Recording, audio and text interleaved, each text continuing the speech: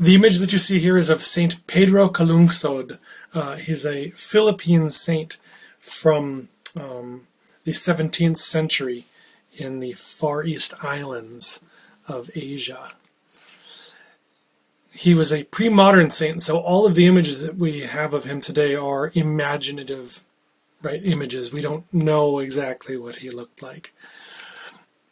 Before I say more about Pedro, he was both the recipient of the evangelical activities of another, but also himself then in turn became an evangelist to others around him.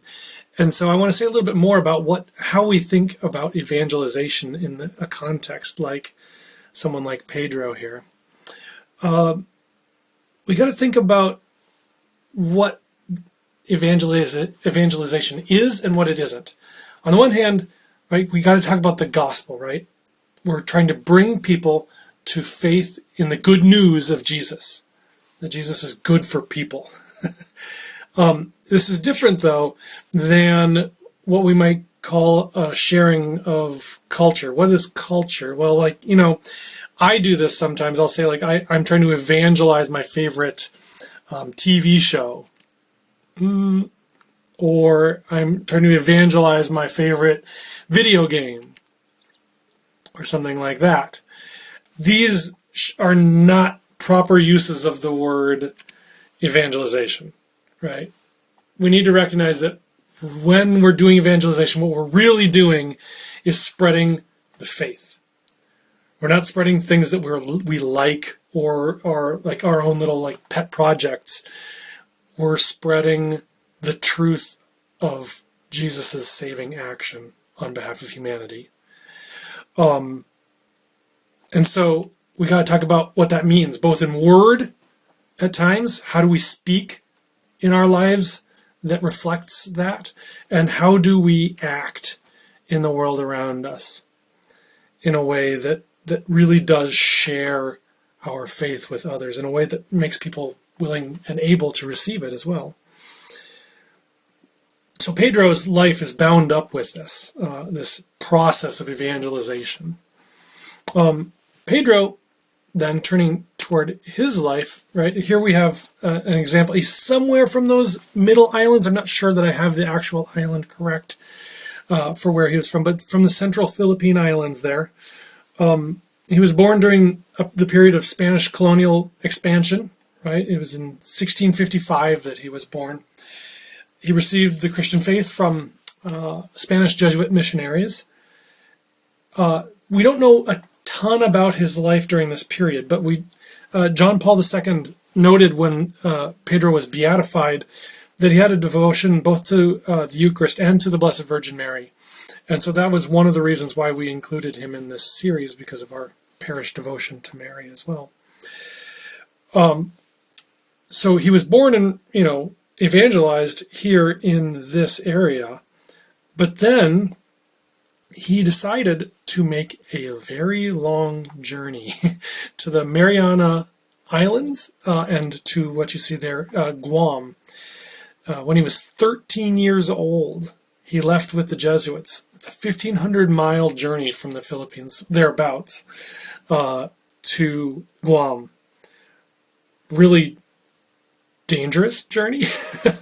And while they were on Guam, one of the local rulers began to suspect that the Jesuits were using baptism as a way to poison babies from the Chamorro people that they were trying to evangelize.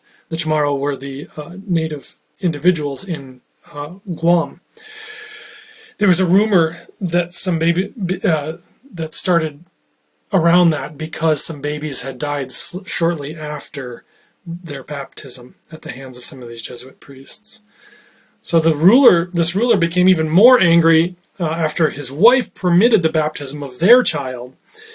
The ruler in turn led an attack against the Jesuit priest who was with Pedro and Pedro himself.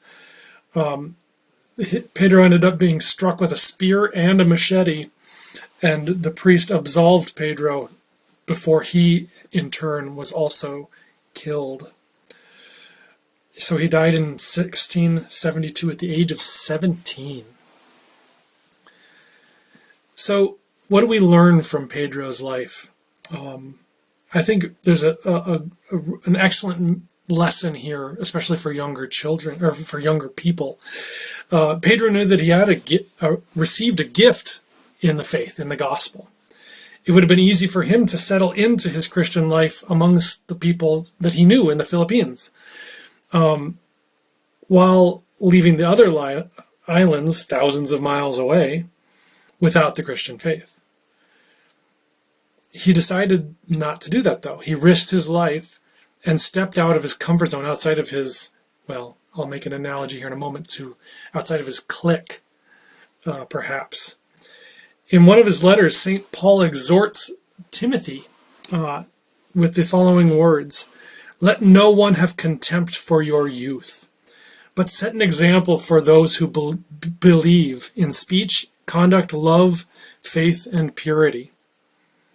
Pedro was young, but he did not let his youth hinder his desire to be an example for those around him. So how do like young people too, right, in imitation of Pedro, step outside of our cliques? How do we step outside of our comfort zones, or others who are like us in various ways, and engage people who are distant from us? We all have friends, and we should have friends, but we can't let those friends close us off from other people. Right? That's when cliques, that's what I think makes it something a clique. It closes itself off.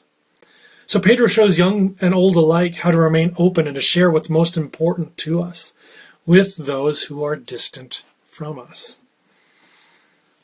In this slide here, I'll mention two of the things that you'll see in that image that was produced here by our artist Aaron Wee.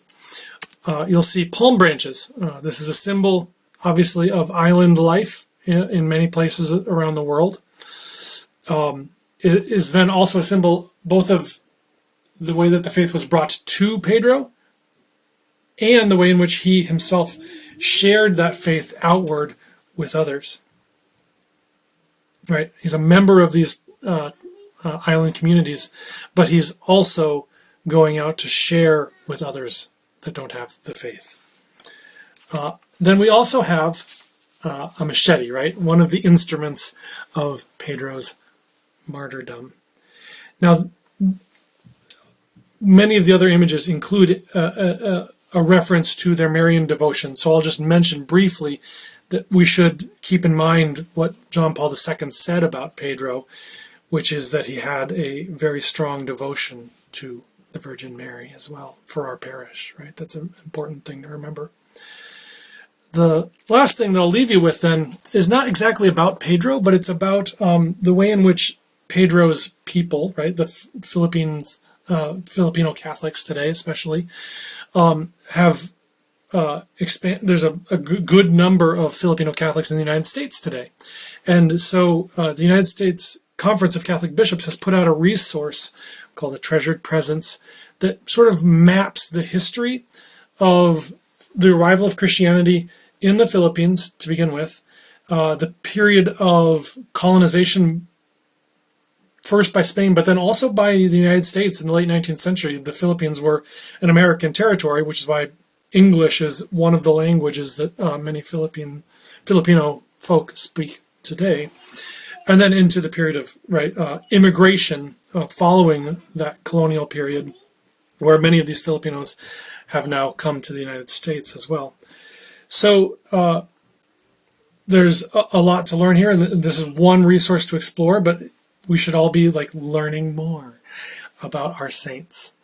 So with that, I encourage you to learn more about one of our saints, Pedro Calungsod.